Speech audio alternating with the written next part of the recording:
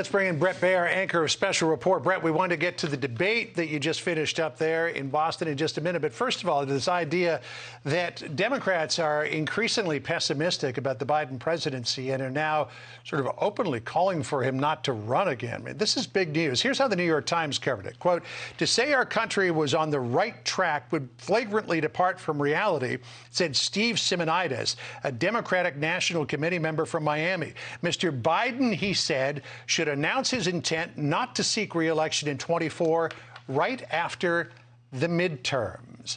There's a lot of momentum growing here to try to convince him to not run, but he's suggesting that he will run for a second term. Yeah, John, Jackie, good afternoon. I think it's really interesting to see. This is not anymore just whispers behind the scenes in Democratic circles. These are people on the record, more and more of them. Democratic National Committee members, David Axelrod weighing in, saying, you know, he's going to be closer to 90 than 80 at the end of a second term, which is a major issue in his words.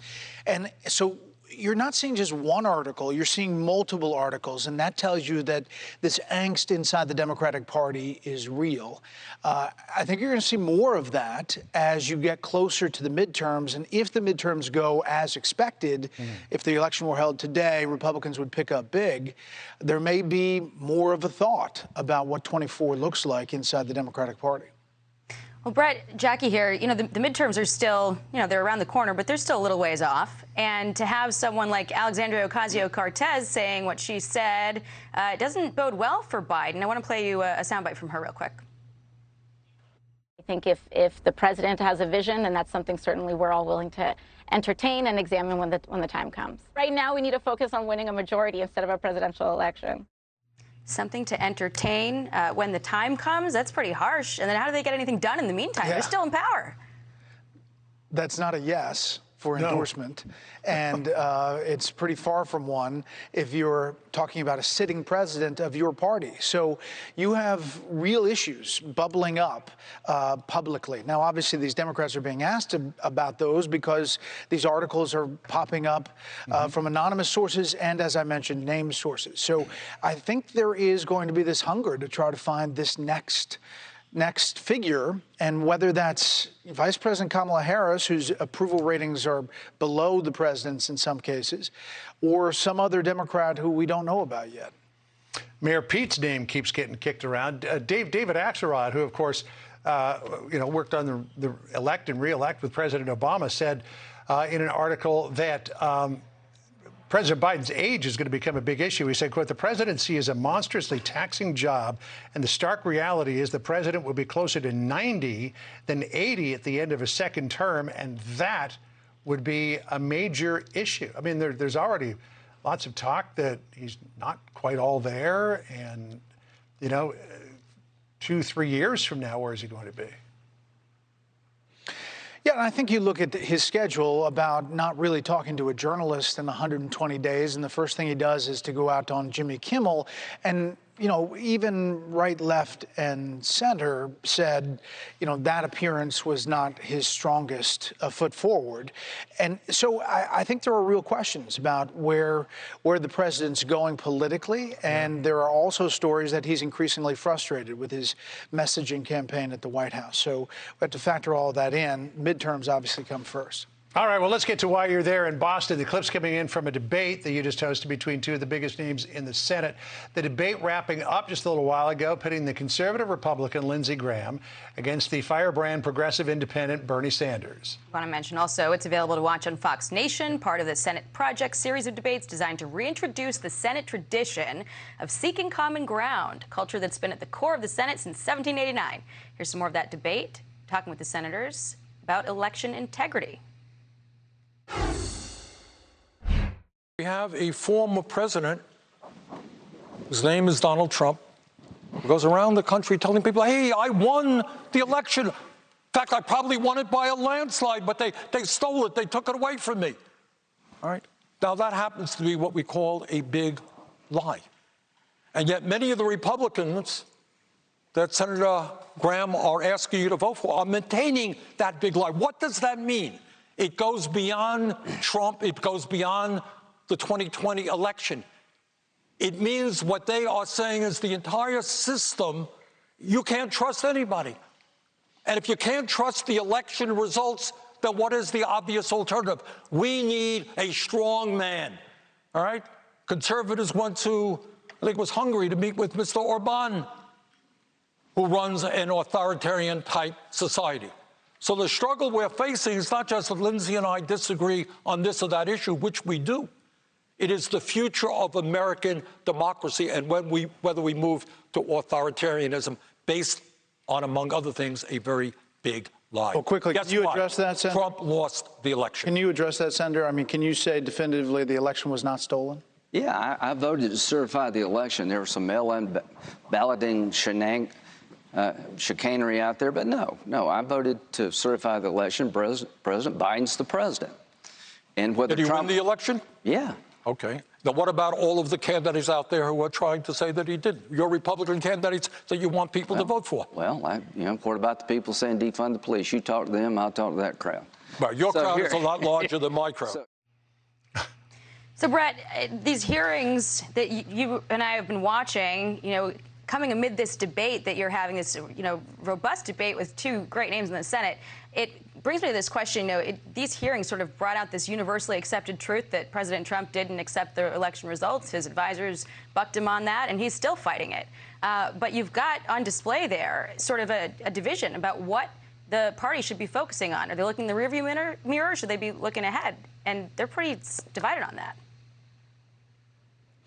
Yeah, listen, I think that this exchange, Senator Sanders wanted Senator Graham to acknowledge what he did. There were a number of different exchanges on policy that were really kind of fiery like that, on immigration, on gas prices, on the definition of socialism, on a number of different things. That happened to be a point where he was talking about election integrity, and you heard what Senator Graham said. And that is an issue inside the Republican Party, especially in the wake of this hearing and these series of hearings on January 6th. I do want to take you to that wide shot just to give you a sense of this room. This is a replica of the U.S. Senate, the well. I mean, it's almost exact at the Edward M. Kennedy Institute here in Boston. And it's spectacular. It's an amazing backdrop for this debate that we just held. You can stream it on Fox Nation right now, the whole hour.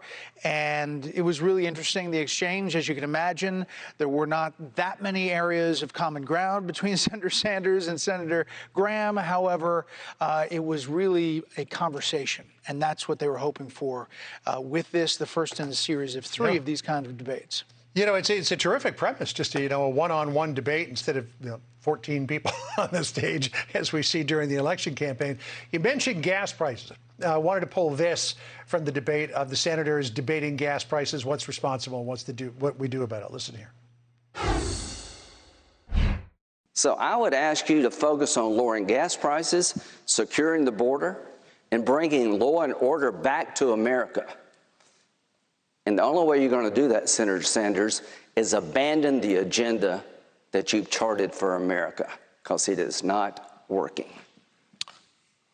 Well, let's talk about gas prices, because you're right. They are outrageously high. In Vermont, they're now filled up the other day, $5.05 a gallon.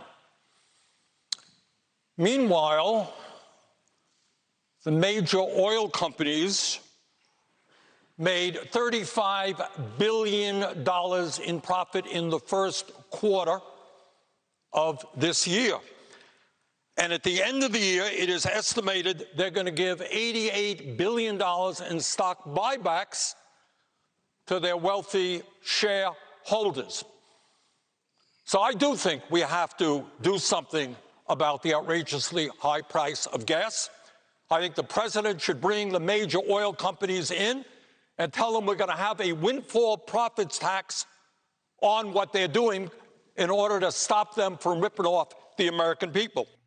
Well, no common ground there found between the two senators. And it's like, what's to blame? Is it Biden's policies? Is it the oil companies? Is it Putin? Is it the fact that global prices set the price of a barrel of oil? I don't know, but there doesn't seem to be any easy solution. Senator Sanders thinks Senator Sanders thinks corporate greed and profiteering has a lot to do with inflation. In his words, Senator Graham disagrees and says the liquidity that was pumped in to the economy, in part from the rescue plan of COVID, really spurred everything on. And he quoted numerous times Larry Summers and others. One of the interesting things was the back and forth about this transition from the economy we have to a green energy economy, and whether it was worth or somehow part of that equation to see higher gas prices to make the American public make that transition. Senator Sanders said he didn't think that that had to happen, but that the transition needed to happen very fast. You know, it's funny, Bernie Sanders, no matter your thoughts on the content, you have to appreciate that he's every bit as spirited and animated in his delivery as he has been from the beginning. And he's been saying essentially the same thing since the dawn of time. So it's That's great true. to watch him. And listen, we've hosted town halls with him, probably 3 of them during the presidential campaign. He's saying the same things. He is who he is, and he believes what he believes. And he's very consistent, and Senator Graham pointed that out throughout the day as well. You got a second one lined up yet? Working on it. Okay. Working on it, but it's a really great project, I think, and I think over time is going to help see substance in policy and maybe get to common ground where you didn't think there was going to be.